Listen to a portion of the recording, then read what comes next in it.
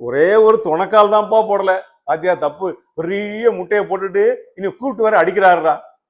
ஒரே ஒரு துணைக்கால் போடாம என்னப்பா பெரிய தப்பு. இல்ல துணைக்கால் போடணும்ல. காலுக்கு துணைக்கால் போடலாம் கல்லுன்னு ஆயிரும்ல. கால்னு எழுத போற, துணைக்கால் போடலாம் கல்லுன்னு ஆயிரும்ல. சரி கால் கல்லானா பரவாயில்ல.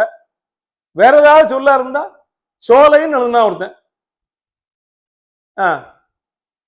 நண்பன் சோலைக்குள் புகுந்தான் எழுதணும். துணைக்கால விட்டு என்ன ஆகுன்னு யோசிச்சு பாருங்க. நான் சொல்ல மாட்டேன் ஐயா.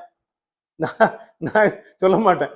இப்ப துணைக்கால் விட்ட வாத்தியா அடிப்பா அடிக்க மாட்டாரா? ஒரு துணைக்கால் இருந்தா தமிழ்ல துணைக்கால் போட்டா வேற பொருள், போடாட்டா வேற பொருள்.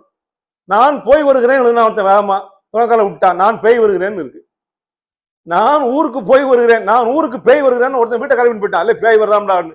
அப்போ போயில துணைக்கால் விட்டா பேயின்னு ஆயிருமா ஆகாதா? சிந்திச்சு பாருங்க. ஒரு துணைக்கால் பொருளையே மாத்திரும். மிக கவனமாக எந்த இடத்துல எது போடணுமோ போடணும். ஒரு லவ் லெட்டர் எழுதுனா பாருங்க அந்த பிள்ளைக்கு. அவ கொஞ்சம் கொஞ்சம் லவ் பண்ண ஆரம்பிச்சா இவனை. இந்த லவ் லெட்டரை பார்த்த உடனே அவ்வளவுதான் ஊரை விட்டே கிளம்பி போயிட்டா. இந்த பையன் வேண்டாம்ட்டு. அப்படி தமிழ். அவ பேரு கமலா. இவன் அவளை கொஞ்சம் எழுதுனா கண்ணே கமலான்னு எழுதணும். கண்ணே கமலா. துணைக்கால தான் விடுறான், அவர் ஒண்ணும் இல்ல. கண்ணே கமலா நான் உன்னை காதலிக்கிறேன் எழுதணும்ல.